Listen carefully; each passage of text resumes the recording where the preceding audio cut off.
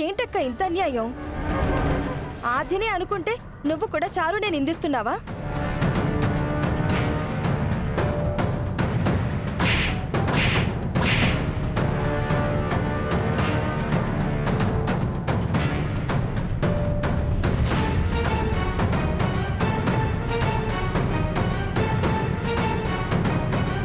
నీకు తెలీదా చారుకి కళ్ళున్నాయని?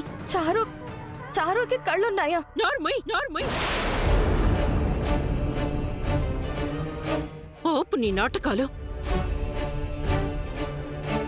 నేను నిజం చెప్తుంటే నన్ను తప్పు పడుతున్నావా? నోరు తెరిస్తే ఊరుకోను. ఏమండి, నేను చూశానండి. చారు స్వయంగా డబ్బు నగలు సర్దుకోవడం నేను చూశానండి. ఎన్ని రోజులు తన కళ్ళు లేనట్టు నాటకం ఆడింది. తనకి చూపు ఉంది, నేను చూశాను.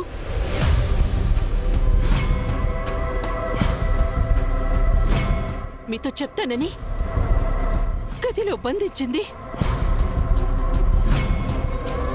నేను స్పృహ కోల్పోయాను.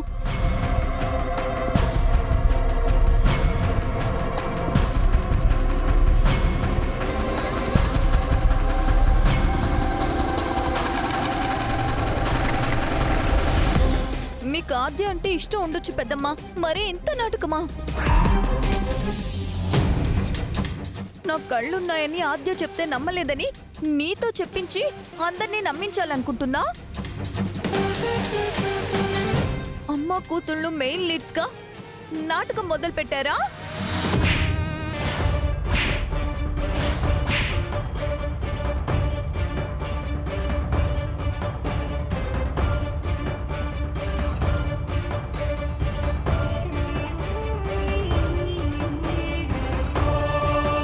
ఇంకొక్క మాట నోరు జారినా చంపేస్తా. నాకు నా బిడ్డైనా ఒకటే, నువ్వైనా ఒకటే. నేను కట్టుకున్న ఈయనకి ధర్మపత్నిగానే బతకాలనుకుంటున్నాను. ధర్మపత్నిగానే చావాలనుకుంటున్నాను. జానకి, క్షమించండి. ధర్మం, నీతి, న్యాయం కొలువై ఉన్న ఈ ఇంటిని కలుషితం చేసింది.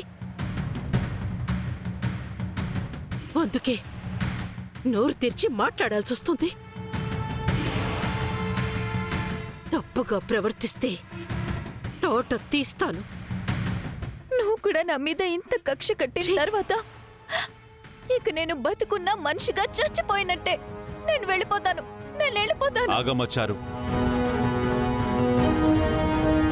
నువ్వెక్కడికి వెళ్లాల్సిన అవసరం లేదు. ఏమండి,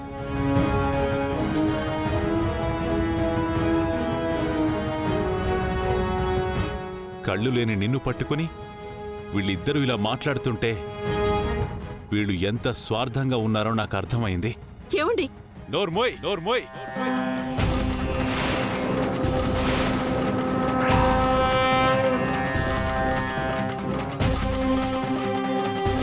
నువ్వు కూడా ఏంటి జానకి?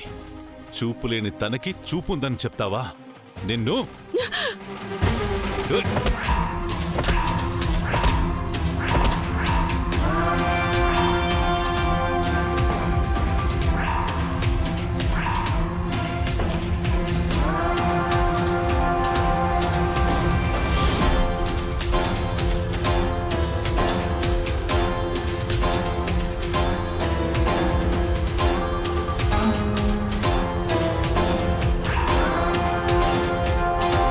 ఇదేంటి పెద్దనాన్న, పెద్దమ్మని కొడతారని నన్ను కొడుతున్నారు?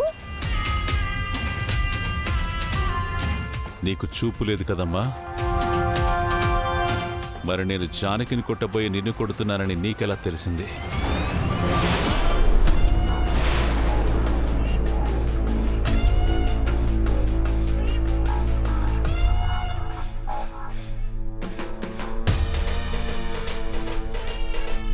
నీకు కనిపించనప్పుడు అంత ఖచ్చితంగా నా చేతిని ఎలా పట్టుకున్నావు?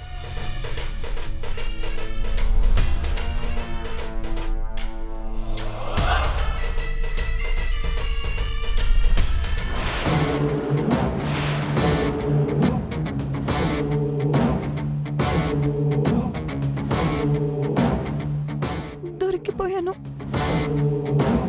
నీకు కళ్ళు కనిపిస్తున్నాయన్నమాట.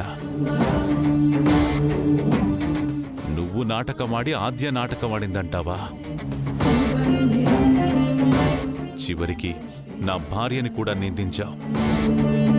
నిన్నేం చేయాలి చెప్పు? ఎందుకు ఈ నాటకం ఆడావు చెప్పు?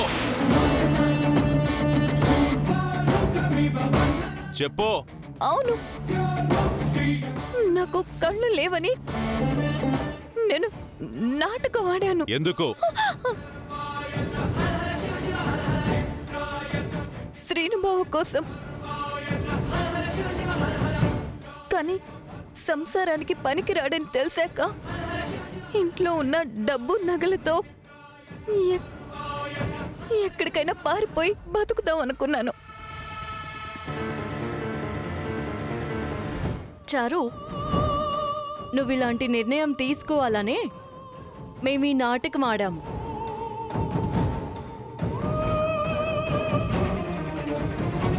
నిజానికి శ్రీనుకి ఏ ప్రమాదం జరగలేదు.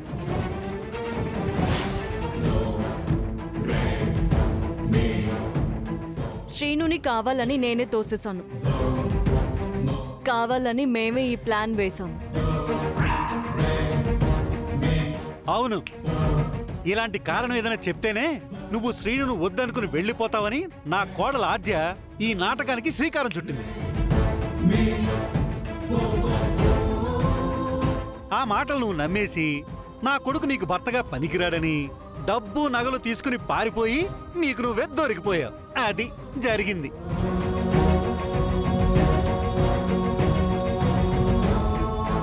నిజంగానే ఇదంతా నాటకం.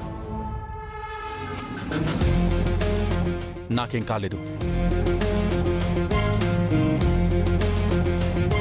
ఇన్ని రోజులు నేను చెప్తుంటే ఎవరూ నమ్మలేదు.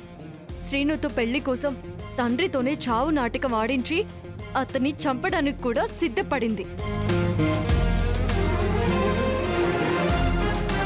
ఈ ఇంట్లో పార్వతి పిన్నితో అందరూ కలిసి శ్రీనుకి చారునిచ్చి పెళ్లి చేసి నా గొంతు కొయ్యాలని చూశారు. బాబాయ్, ఇప్పటికైనా మీకు అర్థమైందా? ఇది చారు నిజ స్వరూపం.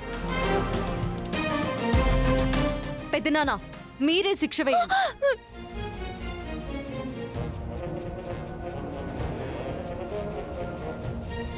ఊళ్ళో ఏ తప్పు జరిగినా పంచాయతీలో తీర్పు చెప్పే నేను, దొంగెవరో దొరెవరో కనిపెట్టగలిగే నేను చారు నటనని నమ్మి మోసపోయాను. అంత గొప్పగా నటించింది. చివరికి మన ఇంట్లోకే వచ్చి మన వాళ్ల మధ్యలోనే చిచ్చు పెట్టి మనందరినీ కళ్ళున్న గుడ్డివాళ్లం చేసింది.